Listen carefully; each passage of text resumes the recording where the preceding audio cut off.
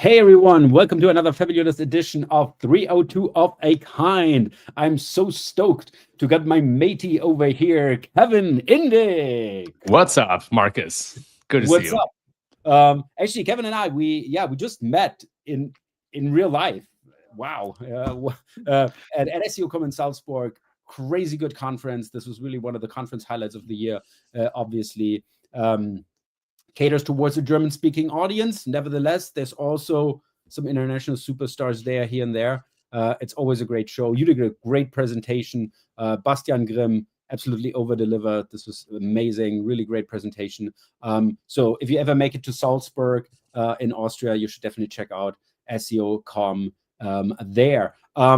Since it's mostly an English-speaking audience, I think we're going to skip. If you want to learn more about SEO.com and you can speak German, you're more than welcome to listen to our past episode, which we just aired on Monday. There we did a big recap of SEO.com with all the insights, everything that we learned, and lots of virtual hugs for great presenters. So that was a fun show. But we got a totally different agenda today because, it's been exciting. And actually, you shelled out some amazing stuff again. And we definitely want to talk about that. While Florian just entered the room. Servus, guys. Servus, Florian. Actually, in Germany, we call him the Dynamic Flow.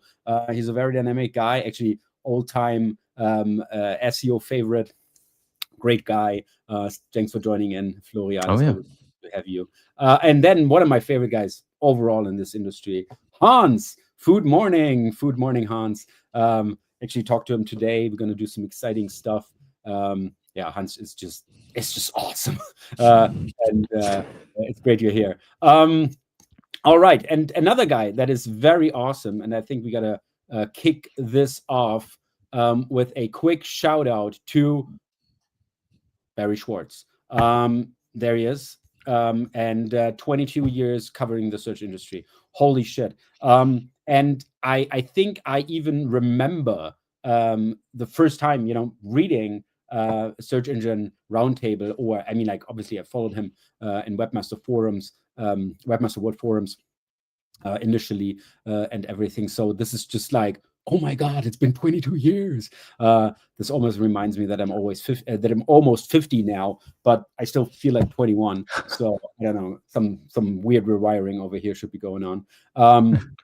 Nevertheless, this is how I feel like. And I just want to do a big shout out to Barry.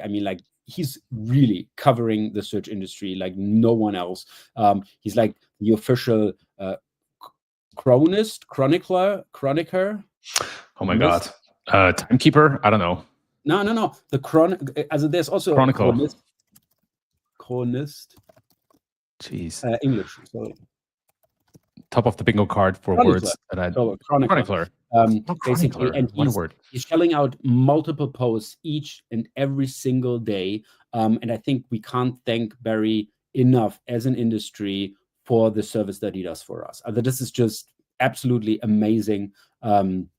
Just keeps up with all the news, and also for us for the show, and I think for everyone listening here as well. This is like the most valuable source we have in our industry. So thank you so much, Barry. This is really fantastic, and I definitely want to see at one point 50 years covering the search industry. So keep up the pace. Crazy. By the way, talking of great people, we also have David Konitsky in here. Hey. He was also just speaking at SEO.com, just ripped the stage in a positive sense. I don't know if this can help the presentation, but this is just strictly positive. He really killed it on the stage. It was a fantastic presentation. We actually have one LinkedIn post from David right in here because he again found something pretty incredible. He's playing a lot with Chrome DevTools, and he found something really nice we want to talk to you about a little bit later. And Sasha is here as well. Hello, Sasha. Also all-time SEO favorite. Great you're joining in, Sasha. So let's start off. It's almost the end of the year. It's almost our final show. I actually don't know when we're going to have our final show. I think 2 weeks, I guess. Yeah, 2 more weeks. Yeah, so I think it's about time we should talk about the year in search. I think we had a pretty incredible year. Google just released the Google Trends. You all know those. I think it's focus on, no, not Argentina. Let's focus on the US. Have you checked it out already? No, not yet. It's actually right. Yet. No, so this, okay, I mean, Charlie Kirk, the murder, obviously, this was news for a long time. K-pop Demon Hunters, crazy, right? I mean, like the most watched anime movie ever. I haven't watched it yet. I definitely want to watch it. I think of all movies. What? I think of all movies, it's the most watched Netflix movie, period. Yeah, it is so crazy. And my daughter, not my sister. My daughter has already watched it 7 times, and I'm like, what? Wow. What the hell? And she's dancing to these songs. Well, we are dancing to these songs because actually we're dancing each night, almost each night. Every night we are dancing. Nice. And we're always listening to the songs, and the songs are so great. You know, such amazing songs. So I can totally see why it's such a success. But that's crazy. I mean, I would never have thought. Just imagine, there's going to be Demon Hunters, and this is going to be the favorite children movie of a year. Who would have thought, right? In K-pop, right? It's pure culture. But the crazy thing about this is the following. Look, I would love to understand how much AI Netflix used for that movie, because on the one hand, you have the most successful Netflix movie ever, and it's an animation. And then on the other hand, you have all these other problems with actors and producing movies, like movies with actual actors. There's probably a name that I'm forgetting right now. And so I think that example makes it much more tempting to lean even more into animation and see how much more efficiently you can produce these movies with AI. Not that I think Netflix should do this, but everybody looking at this example, I think is going to get, all the movie companies are going to be very interested in figuring out, okay, how can we do more of that with AI and quote unquote deal less with actor issues like strikes or availability or some of this other type of stuff. So I think we'll look back at this. Don't have a lobby, but real actors do. Yeah. The AI lobby will be a couple of years until we get that point. But I think we're going to look back at this movie as an outstanding example that set the tone for a shift in the movie industry.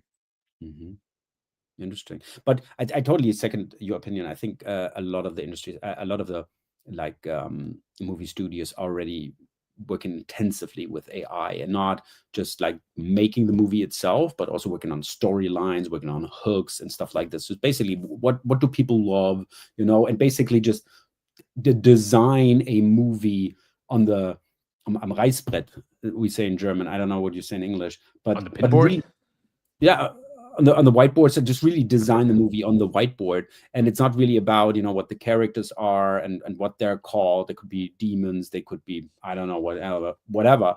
But it's really about like the perfect flow of a story, the perfect thing, and I think this is what a lot of people are doing right now. Just basically, how can we create the best possible movie for like the general movie audience? And I think we've never been so close than now with AI. And as you said, I think K-pop Demon Hunters can definitely be like, this is the example, this is like the best practice, and everybody's going to strive to do something similar.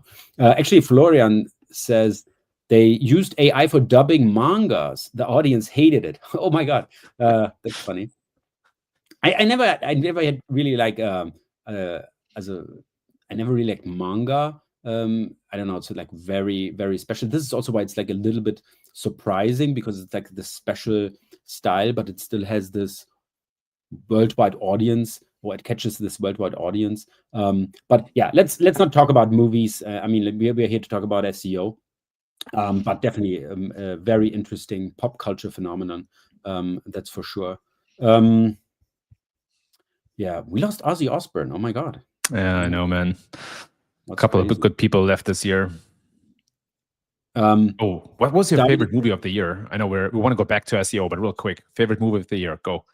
Well, I actually don't go to the cinema because I got a cinema at home, and so I can't justify going to the cinema. I'm just doing it at home.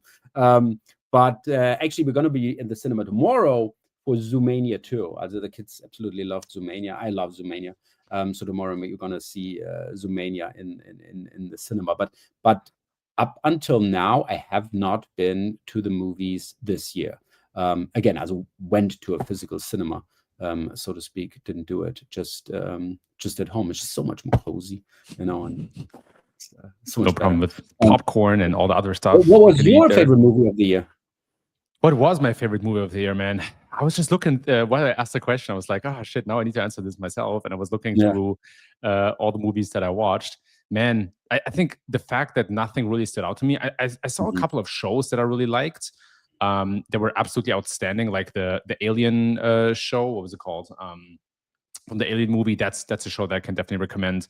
But apart from that, man, I have not seen any of those movies.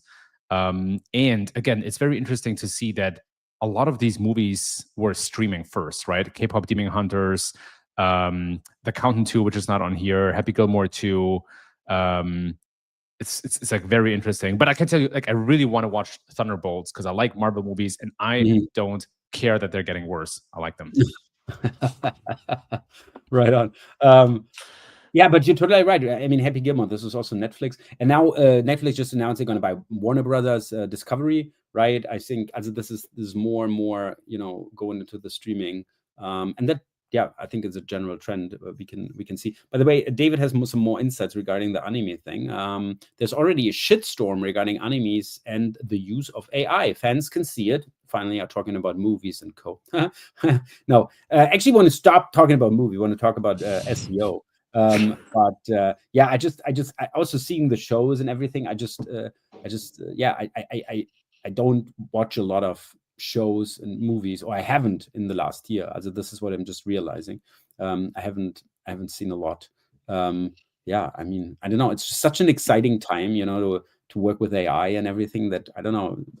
My movie and show consumption has suffered a little bit, and also my Chinese. My efforts to learn Chinese, obviously, doing this for a day, for an hour a day, also took away screen time for me. So yeah, Good thing.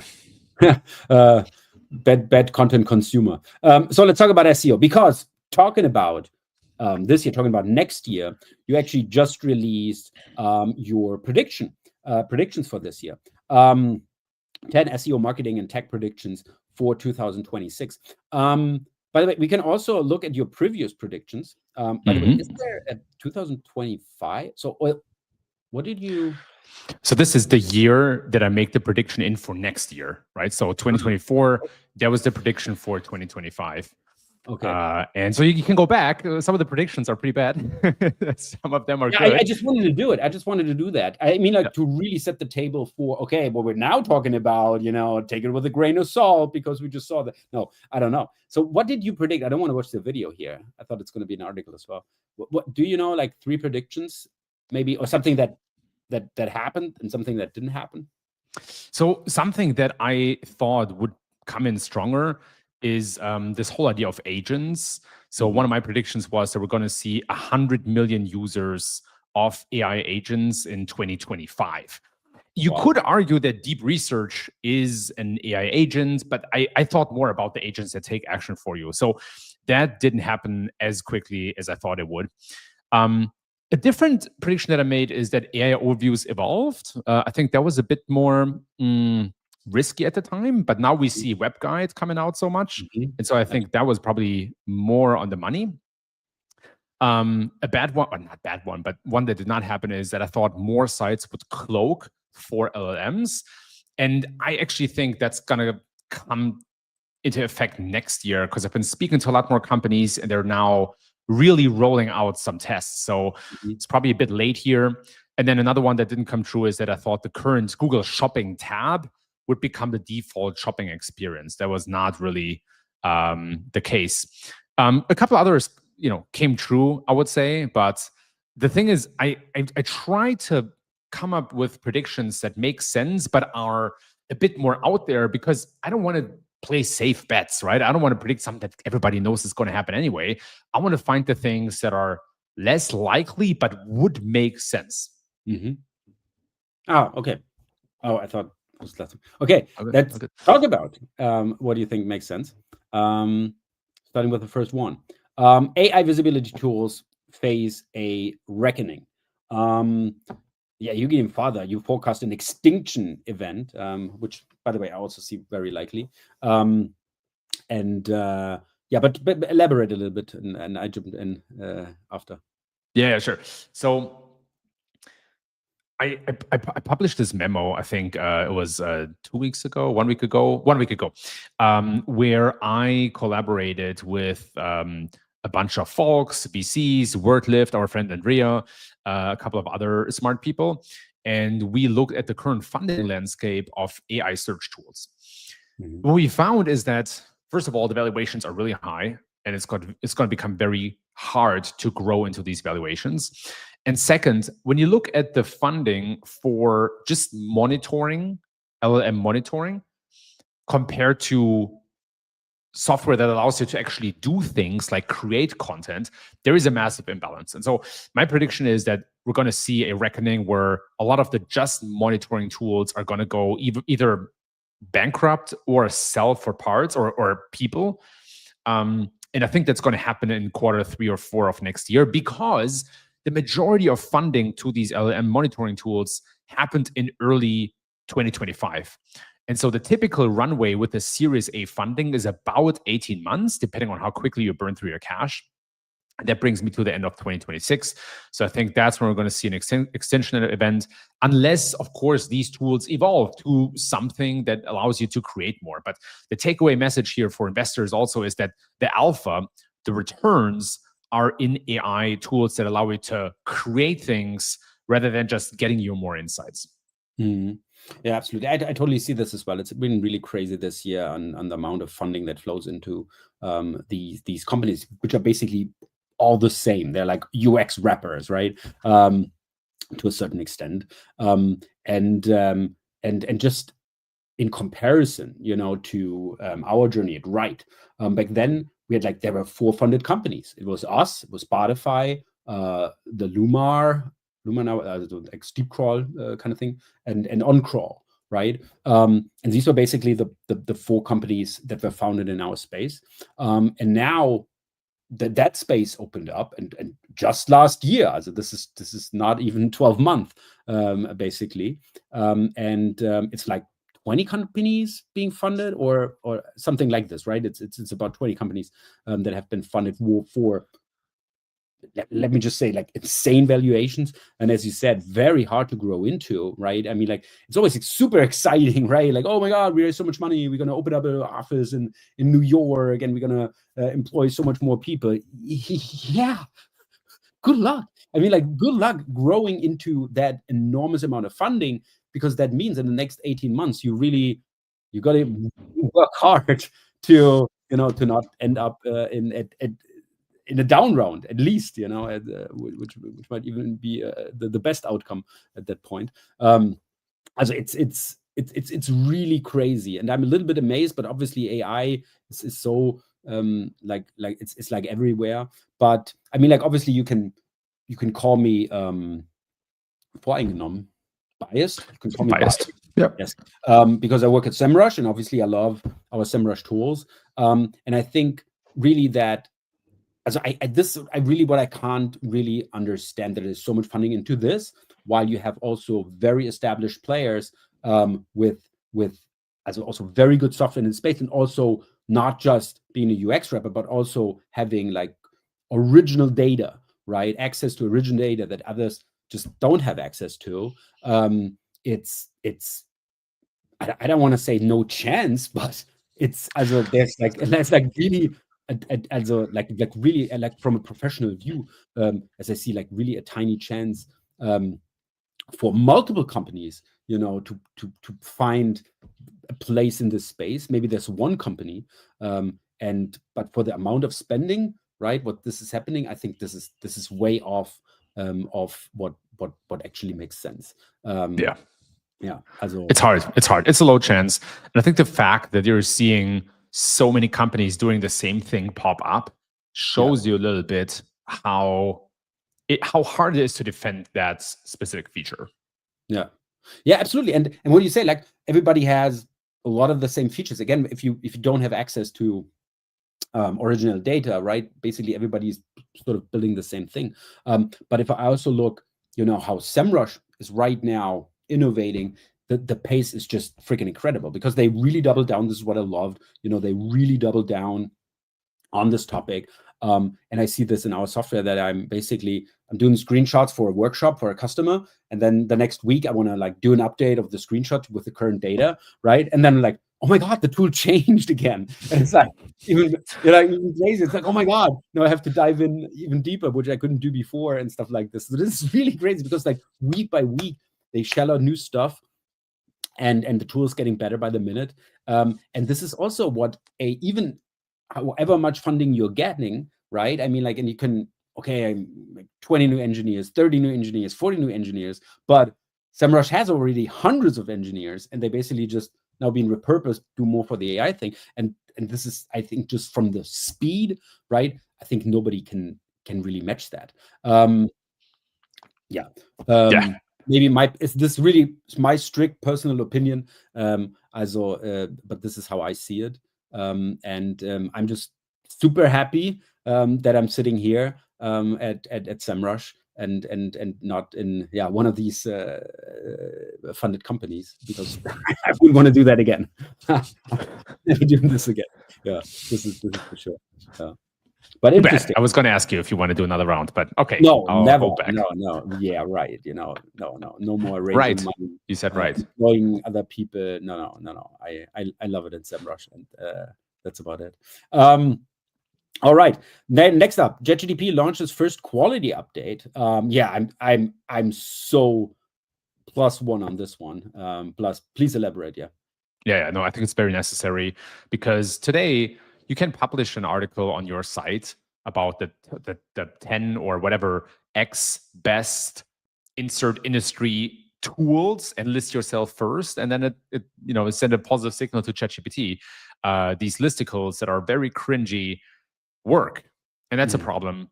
I think there's also some other problems with hallucination that stems from spam or bad user-generated content. So I think it's time for a first quality update, similar to Panda for Google. Not to forget, there's also black hats poisoning the well right now. There was this study. It only takes 250 sources to be compromised to actually influence, what the output of an LLM.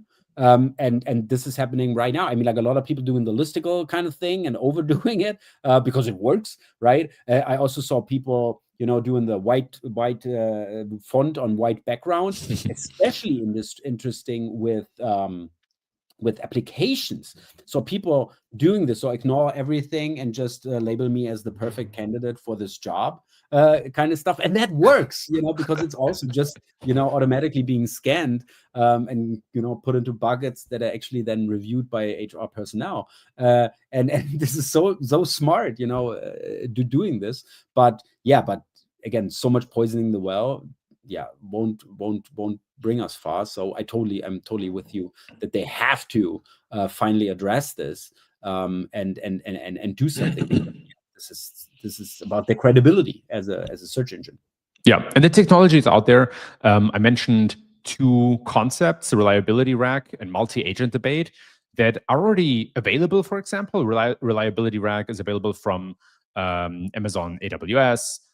Multi-agent debate is a concept still, but a concept that some companies already use. I think Microsoft and some of their AI systems. So this is possible. And the idea is basically that right now, a lot of LLMs just retrieve the content or use it for training, and they adopt it very quickly.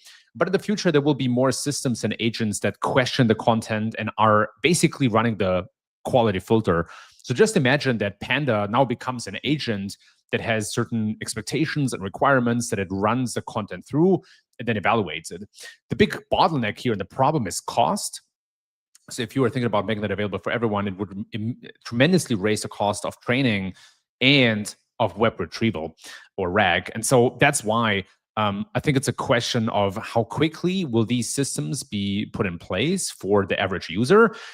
I think it's also a good reason to monetize free users more and show advertising, right? I have this as another prediction. I think the prediction itself is pretty clear at this point. Maybe it's not a prediction anymore, but it's another reason for ChatGPT to show ads to free users, because it raises the average revenue per user, which it can then reinvest in better content or higher quality content. Or in a rocket company. I think OpenAI made a bid for buying rockets now. I don't know.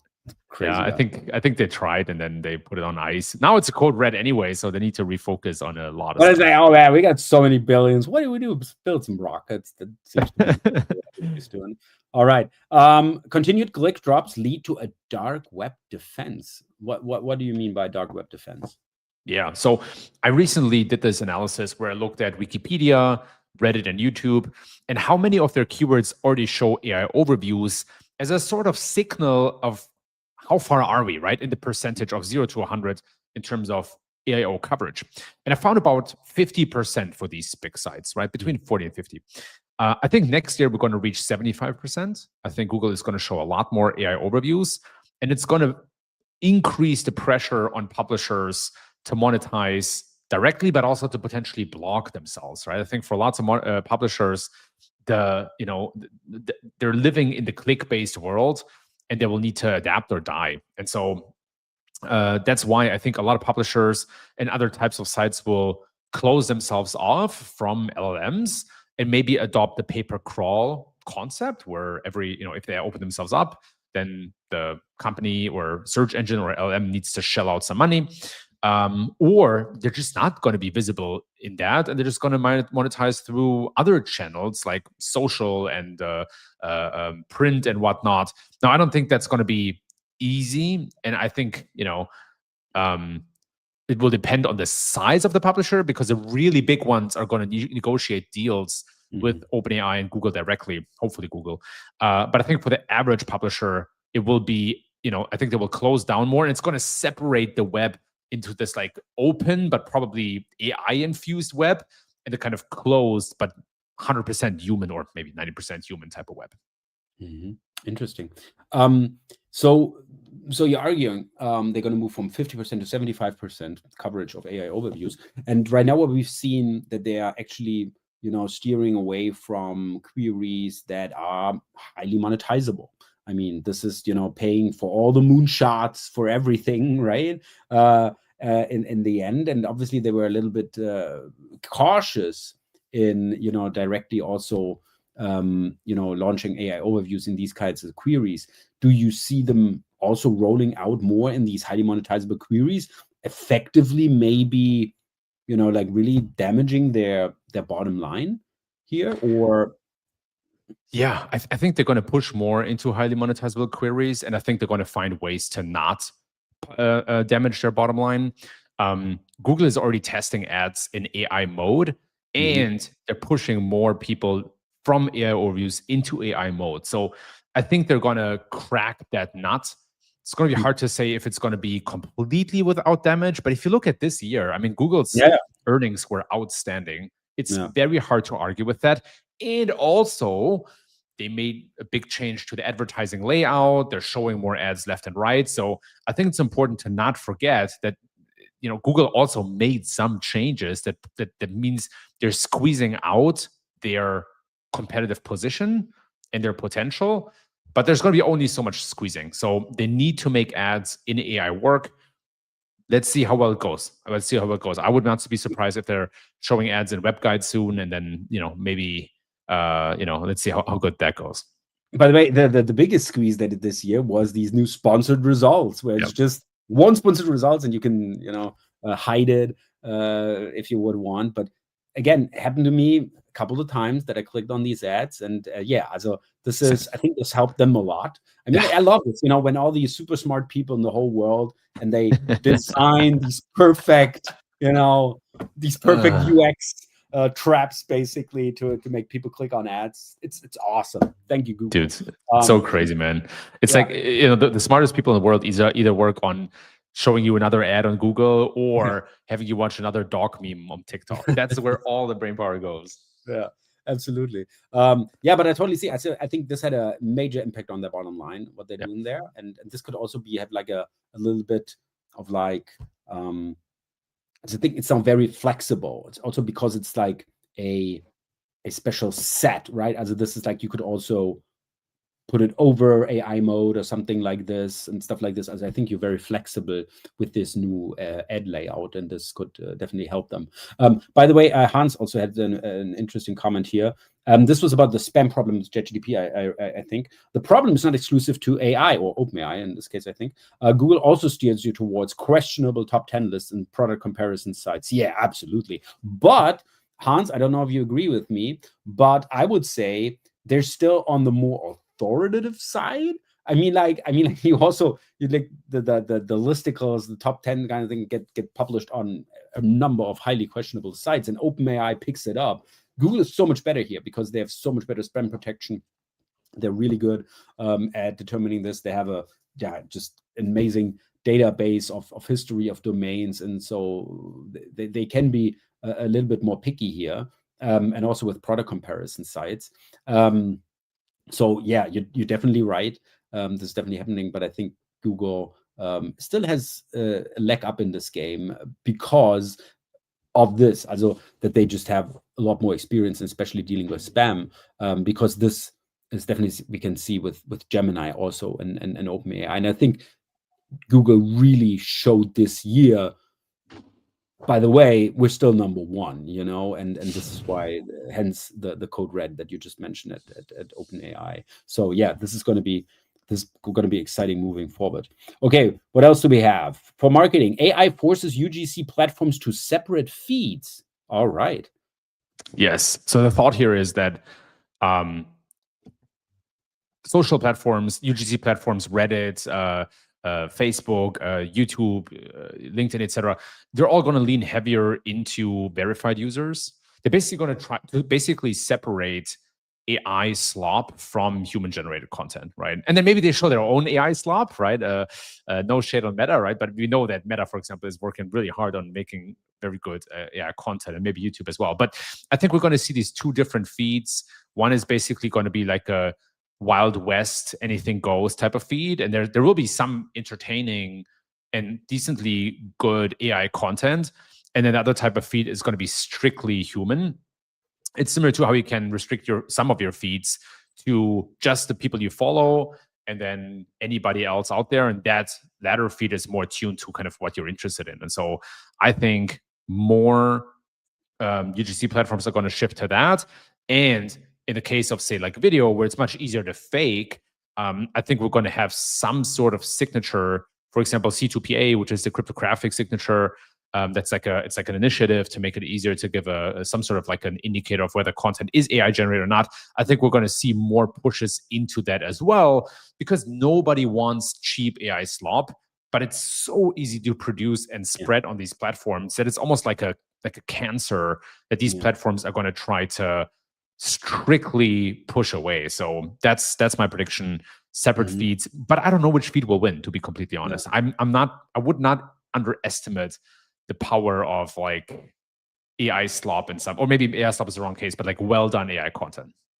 Yeah, I totally see the same. As I totally, I observe the same thing, that people they're also happy watching AI slop or even a little bit better generated AI content, which I find totally amazing, to do this. But I think this is going to be, I think the social media companies are going to push even more into this, and this makes so much sense, because when you basically scroll through your feed, right? What you're doing when you're scrolling is basically, also you're searching for the next thing that you're interested in, right? Also this is why you're scrolling, right? Oh, it doesn't interest me, basically like, oh, show me something that I'm interested in. And the problem is with you need a very vital creator community. You need people to create the content that I want to see. And let's say I'm into some weird stuff. So I'm not like into, no, dude, I'm not going to say anything weird, like weird, but like weird stuff. So let's say I'm not just into funny videos with dogs, but funny videos with dogs eating dog food. I don't know. This is my spiel, right? I love dogs eating dog food, whatever it is. I mean, like the people have the craziest things, right? I just want to, like, this is obviously not real, but like I just want to make like a very specific example to show, I think, the dynamic here. Because if I'm now interested in this, I'm basically like scrolling my feed. Oh, dog video. No, it's not eating food. A dog eating food. Oh, this is what I love. Now it's over. Okay, looking for the next one. And so I'm basically dependent on people creating that type of content. And that is a problem, right? Especially if it gets more niche. Yeah, like who likes just watching a dog eat, right? But it gets, the more niche it gets, the smaller amount of content you have. And that is a problem, because if I don't have enough content, I can't have you stay on my site, because you're going to go and you're going to search for that content on another site or wherever in the open web, wherever. So I have this urge to basically serve you this content. And this is, I think, where really this whole AI slop engines really come in, because they can like really watch closely what you're interested in. Oh yeah, he likes dog videos. So they can A/B test dog versus cat video. Okay, he seems to like dog videos more. Cat videos, he goes, he's faster. And then, I mean, it just takes a couple of videos to pin down, oh, he's interested in a dog eating. This is what he really likes, right? Because they can always have like the differentiation between these videos. And in this video, the dog was like catching a ball. Here he was eating, and here was a lot longer. So I give you more of this to like really find out, oh yeah, this is really what he wants, up to the smallest detail. You know, they can even change the dogs. What is like my favorite type of dog I want to see eating, right? As I just realized, it's like really a bad example, but please stay with me here. But they can iterate like an A/B test to really find exactly maybe what I don't even know at that point, right? So it's really about Chihuahua dogs eating a certain kind of barf raw dog food, right? I mean, as weird as it is. And then they just give me that 24/7, right? And just like in weird variations or whatever. And just, yeah, and then only sleep or death really keeps me from craving more of my innermost desire. So to speak. Yeah. Inventory change. Send me videos like this. Really, I'm not interested in this. This is really just an example. But I think this is really, as scary as it sounds, that's the future. Because a lot of people are just like, entertain me, give me what I want. And now there's like the social network, which gives you only what you want, exactly what you want, right? Yeah. Who wouldn't use it, right? The inventory is the limiter, right? Yeah. So if you're, as you said, if you're into that video, at some point you're going to hit the end, and then you're going to close the app and do something meaningful. But if there's no end to the app, then all that could stop you is self-control, or the need for food or sleep, or maybe something else, right? Yourself, but that's really hard. And so I totally agree with you. You can be much more specific in the preferences of users at different times, and you're not restrained by the inventory. Also international, right? I mean, like, there could be these videos, and they also do these only in Hungary. That's like a big thing, right? And so now they can take these Hungary videos and transform them into this is it. Scary, crazy. All right, let's look at the word. Perplexity sells to XAI or Salesforce. That's a bold claim. Yes, I don't think Perplexity. Did you put your money where your mouth is, or is this just prediction? You mean invest, or? I don't know if it's even possible. I would, honestly. Like, it's a good point. Maybe I should put $1,000 or maybe more into Salesforce. I will not. I mean, you cannot really invest in XAI, I think, maybe in the secondary, but I'm not going to support Elon Musk with my money. So, but I would invest in Salesforce. Tesla, maybe I should do that. Yeah, maybe we should just track the Salesforce. I mean, it's also dependent on many other things. Anyway, the point is, I don't think Perplexity is doing that well, and I think there's a lot of competition. And so for Perplexity, based on the money they raised and how quickly they're growing or not quickly they're growing, I think they're going to get to a point where selling is the best option. It's going to be next year, because they will have to raise another round, I think, next year. And I don't think they will be able to raise at their current valuation, and that's just kind of the death penalty. You see, some of the challenges they have with the Comet browser, which I'm using from time to time, which I think is not that bad, but we know that their advertising model has not really come together. So I think it's tough for them. I think they'll sell, and I think there are a few buyers that make the most sense. Salesforce, it fits in perfectly, right? Salesforce also has Slack. They want to, they're not shying away from some quote unquote consumer companies, but they might also turn it into something that is more enterprise focused. I think XAI makes even more sense for consumer because they're building the super app. They have a lot of cash, and Perplexity has a pretty strong index of the web and of citations. So I think for the very highly hallucinating XAI or Grok models, Perplexity makes a lot of sense. I could even originally I had in this prediction that I would see Larry Ellison as a potential buyer. He's the founder and owner of Oracle, because he will be a part owner of TikTok soon. And his son is, I think, bidding for, Paramount or so. So they're building a little bit of a media empire. I think Perplexity kind of fits well into that. Also because they could turn it either into a consumer-focused product or into a B2B-focused product, because obviously they come from a B2B background. So I could see them as well. I think it's a bit less likely because I'm not sure if they can afford it at that time and if it kind of fits into their company culture. But I think Perplexity goes, and I think Salesforce or XAI would be the most sensical buyers. Mm-hmm. What do you think? What would they go for? How much? How much? So the last valuation was $20 billion.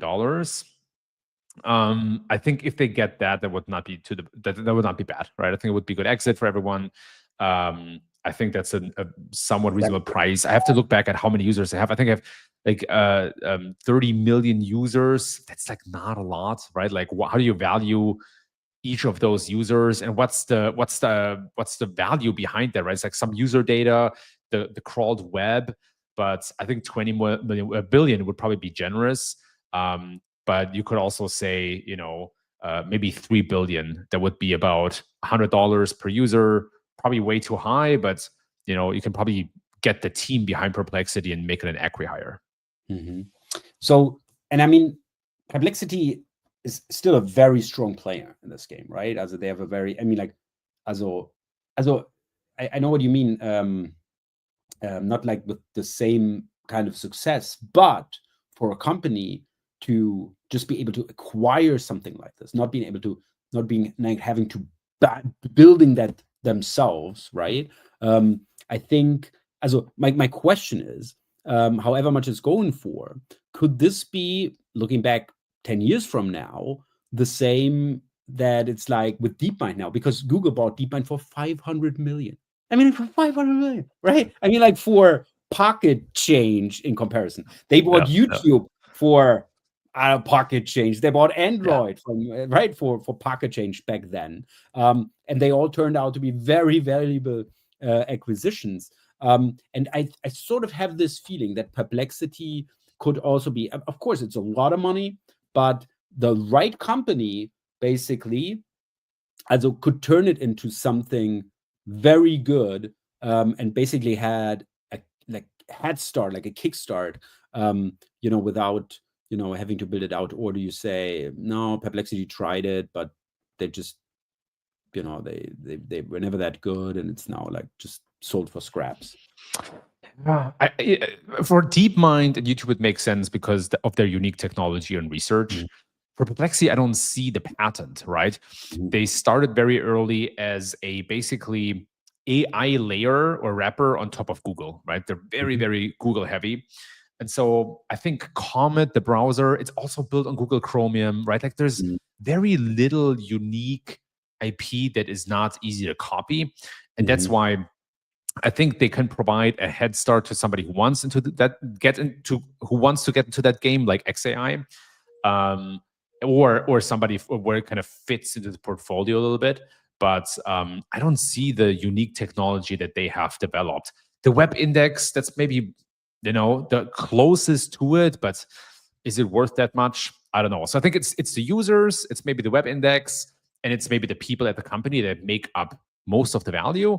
And that's where I think like something between, 3 and 20 billion feels like the right valuation, especially given that they have 200 million in annual revenue, right? So that's like, that would be more than 10 times of a valuation. And that's, again, for what, So I don't see it. I think DeepMind would be YouTube. They had much more to offer at that early stage, and that's why other companies bought them.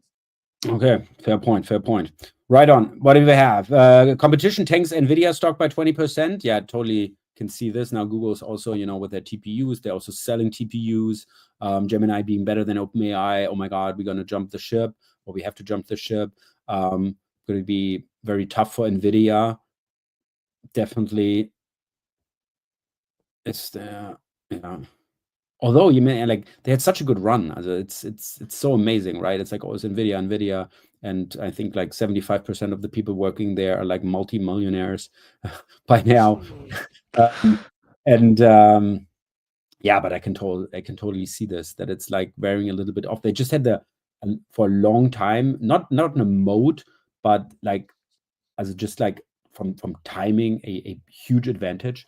As I mean, basically because they were building graphic cards for the longest time, but nobody wanted to invest in that kind of thing, right? So this was perfect for them. But now, by now, everybody has sort of understood how important that is, and competition has become more fierce. Yeah, I can totally see this. And again, most of their revenue is like for companies, right? So this is also obviously, if you make so many billions, it's great. But if it's only for companies, yeah, that's a little bit tough, I guess. Yep. It's a tough one because NVIDIA is a great company. They also have a good software technology on top of their chips. They have their CUDA system, CUDA, that is built specifically for their chips, right? So there is a light developer lock-in where they obviously, developers are used to work with that software on these chips, and they get more efficiency out of it. But I think that you mentioned the key point that brought me to that prediction, which is that a small handful of companies make up the largest revenue. And for these companies, NVIDIA is a dependency. It's obviously a great partner, don't get me wrong, and it enabled a lot of technology, but long-term, you're putting too much of your future into somebody else's hands. And so all of these big companies, all these big competitors, they're working with other companies, with other chip manufacturers and designers on creating their own chips. Even OpenAI has entered a relationship with Broadcom to make their own chips in the future. Apple has their own chips, right? Obviously Google, obviously Amazon, obviously Microsoft. And so that doesn't mean, I think NVIDIA is going to stay a great company for a long time. But I think because they have grown so amazingly fast, there is no limit to their expectations. And at some point, they will not be able to meet the expectations. And that could set off a large ripple effect throughout the industry. So maybe it's even a good thing if a little bit of pressure comes off of NVIDIA so that we're not falling into this crazy hole and the bubble bursts, right? Because if tomorrow or the next earnings, NVIDIA says, we're going to undershoot or lower our expectations for next year, I think in this environment, it could set off a stock drop of like 10% or more. Yeah, they're all intertwined right now. Everybody's like, oh, I'm giving my future revenue to you, and with that future revenue, I'm buying chips from you, and with this, I have my this is not good. Yeah, it sounds like a only bonus content. Okay, yeah, this were a lot of great predictions. So I'm definitely gonna be very picky next year to see, just to see what happened. Very interesting. Thanks for the predictions. And I want to have one more prediction here, actually from Eli Schwartz. And I thought this was a very, very unique and interesting perception.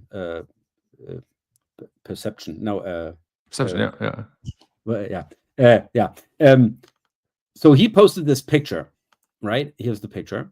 And he says, this image is 100% fake, but this could be the future. This is so crazy. His prediction is we are moving from pay-per-click to pay per pixel. Sounds a little bit like the $1 Million Homepage. Great concept, by the way. I love it. That was amazing. When was that, by the way, the $1 Million Homepage? That must have been like almost 20 years, right? Yeah, I'm not sure, man. A while ago. 15 years. I don't know. And I think this is such an interesting idea, such an interesting prediction. So he created this image with Nano Banana, and he prompted it to include these brands. Yeah. But imagine I didn't, and this is a generated image for Thanksgiving dinner. Every brand you see, this organic image could be a paid placement determined by real-time auction. And this is crazy. So basically, Coca-Cola could say, hey, for specific pictures where somebody is like setting a table, where's like a family on the table, it needs to be, and you can also make it very specific, right? It can't be only white guys. It has to be like a diverse group of people sitting there, because you don't want to be caught in the situation where like, oh, look at that, like a bunch of Nazis sitting together and drinking Coke. You don't want that shit, right? Nope. But you can like be very limiting and say, okay, in these kind of situations, I would like my brand to be present. And I mean, this is how a lot of TV works these days, right? A lot of TV gets subsidized by people saying, oh, you know, like in this soap opera, please, you know, put my product on your breakfast table, and you know, you get a little bit extra cash, and that works quite well. And I love the idea. I don't necessarily think that it's going to come like this, but I think Eli has such a good point here, such an interesting point, because it's also this, basically you're influencing someone and he doesn't even notice that he's being influenced. You know, I'm all of a sudden I'm like, oh, I'm really craving a Coca-Cola, you know, like, why is that? Right. I mean, like, I'm a little bit appalled because I see the AHS logo. So I'm going to be like, oh, I don't like Coke because of these AHS guys. No, sorry. I'm just the Semrush fanboy. Please don't mind. But this could be actually the case, you know, that's like very subliminal persuasion. Yeah. Also very, very interesting idea. What do you think? What do you make out of Eli's prediction? It makes sense because we also have that same in movies. In German, we have the nice term Schleichwerbung, as you said, subliminal, you know, advertising. Say, you know, the hero drives a certain car or wears a certain brand of clothes. James Bond. I mean, like, right? I mean, it was always the Austin Powers, Aston Martin. Sorry, go on. Yeah, exactly. That's the right thing. Or Audi in Marvel movies and stuff. But I think it will depend a little bit on the success of AI Slob. Now, you could argue that you can also add these logos to real content, maybe to our Theory 2 of a Kind show here, and just, you know, blend in different logos on the shirt. And honestly, I think it's not that bad of an idea, because it's less. What do we have there? So we're already in that world. But you know, this way you could, if you wanted to, you could change the logo every 10 minutes, for example. And I think I prefer that type of advertising over something that is more intrusive. The question is, how far does it go, right? Where does it end? Are we going to have a logo on our forehead, on the left shoulder, on the right shoulder, right? Like a tattoo that isn't real and stuff. Yes. So, you know, like, I think this, like everything that marketers do, it can go too far.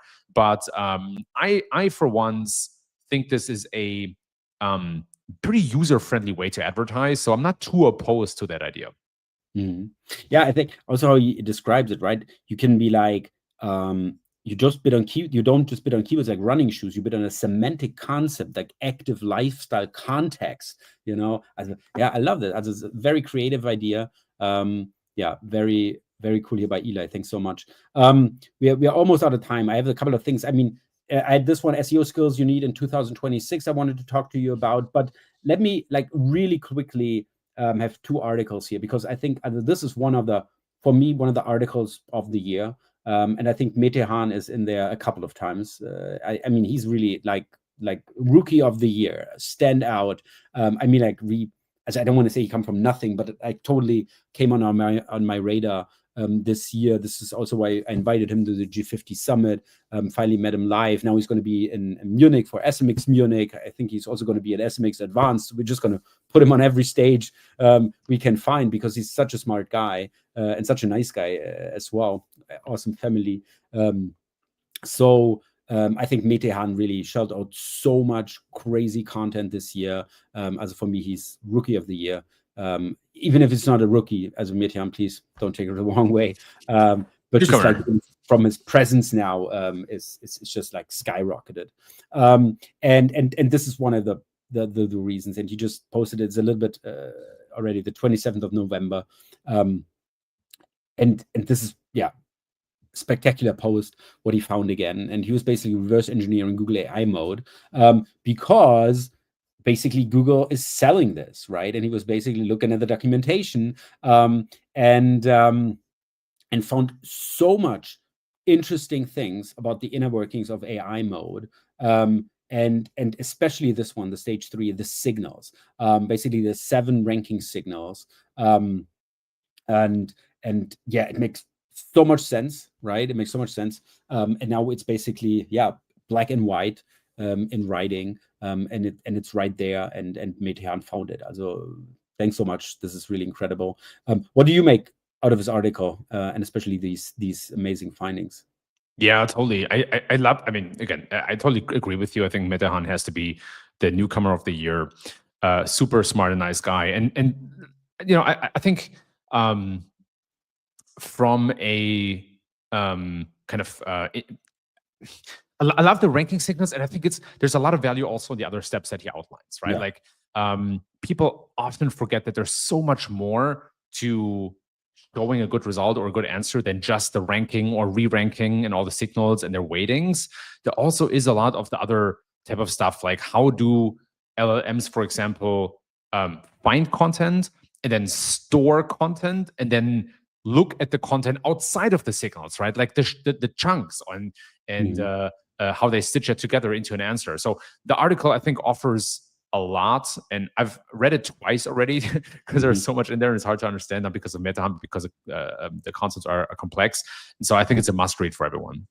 Yeah, absolutely. So if you have time this weekend and you haven't read it yet, do this. This is definitely very enlightening. As I also, one of my thing for article of the year, definitely.